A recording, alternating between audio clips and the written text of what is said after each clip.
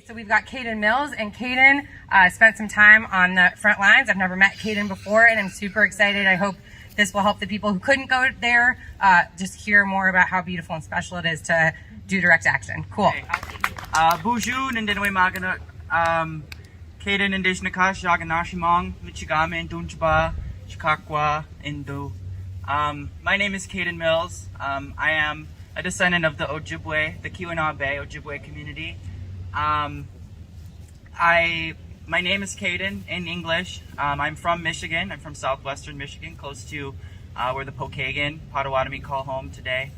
I spent a little bit of time up in Minnesota this year, but I actually wanted to talk a little bit more just about what this movement is and what it means to Indigenous peoples and, you know, this beautiful homeland, our ancestral homeland, the land that all of these treaty people call home. Line 3 is cultural genocide today. You know, we like to situate Indigenous peoples to the past and relegate Indigenous peoples to the past. All of these terrible things that happened to Indigenous peoples. It was 200 years ago, 300 years ago. But these things are happening today. Indigenous people's livelihoods are threatened today, tomorrow, and the next day as climate crisis is affecting Indigenous peoples across the world first. All these people here in Evanston, yeah, sure, we're going to start seeing, you know, worse climate, all of these climate disasters. California is burning. We've got worsening hurricanes every year in Florida, the Gulf, Georgia, New York. But Indigenous peoples have already started seeing those terrible effects of climate change. Line 3, this is not a replacement project. That's what Enbridge says it is. It's a replacement project. This is an expansion project of a line that has been running since 1968. The existing line was not decommissioned, but it was leaking, and so they started pulling back on their capacity a little bit because there was the threat of spills, and there were spills in northern Minnesota.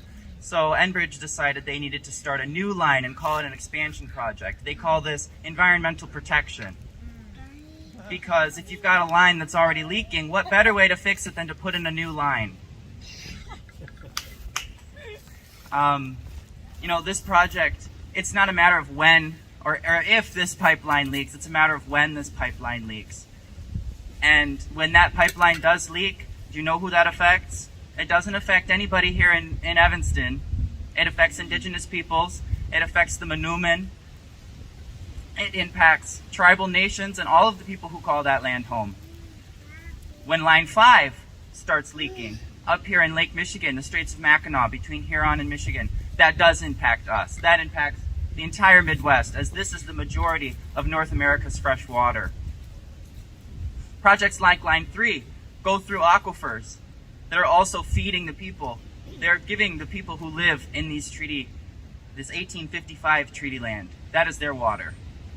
This is Chicago's water. This is Evanston's water. So what happens when Line 5 starts rupturing and spills millions of gallons of water into Lake Michigan, Lake Huron, Lake Superior, Erie, and Ontario? That line is already damaged, and the risk of rupture is very imminent. A couple of years ago, a barge drug an anchor across Line 5. Line 5 is not buried under the ground. It is in the water, raised about this high off the ground, under the lake. So an anchor is drug across that. What happens when that's cracked and ruptures? Millions and millions of gallons. 1 million gallons of tar sands pumped through Line 3. They meet at the Husky Terminal in Wisconsin. Mind you, 2 years ago at the Husky Terminal, massive explosion. All of the people who live in a mile radius, oh, don't garden for a few years, you'll be okay. If you have the time, I would look up Husky Oil Refinery, Superior, Wisconsin, explosion.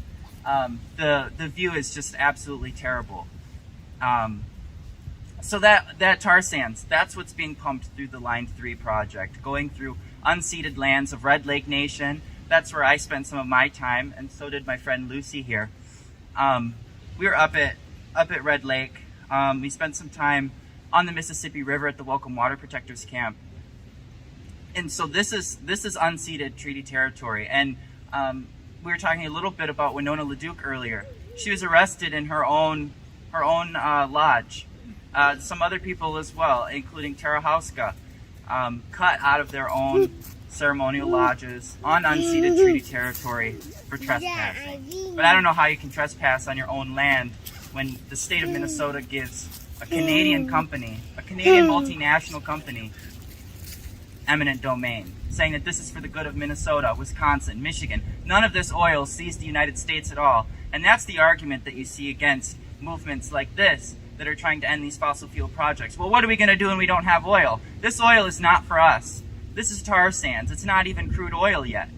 This doesn't go to power your home. This doesn't go in your car. This gets sold out of the Gulf of Mexico, shipped across the world to China and North Korea. Those are the biggest buyers of Canadian oil. So, with that, what are we going to do? Chase Bank, #1 investor in cultural genocide today. I just wrote an op-ed in the Daily Northwestern. Check it out. It was published on Friday.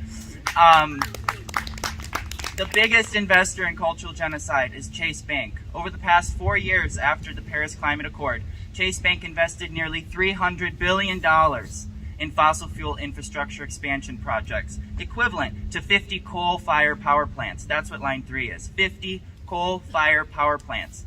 We got 9 years to solve climate crisis. Do you think we need the equivalent of 50 more coal-fired power plants? No. I don't think so, no. So what can you do? Pull your money out of Chase Bank. Pull your money out of Wells Fargo, Bank of America, Citi, all of the biggest investors in climate crisis.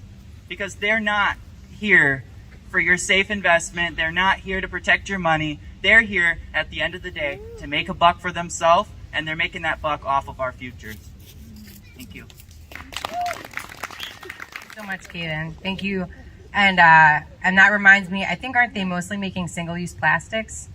So that's what they're going to do with this. After they scrape off the top of Canada, so you can see it from outer space, they put a bunch of toxic chemicals in it, some of which are, corporate protected. We don't even know what they are.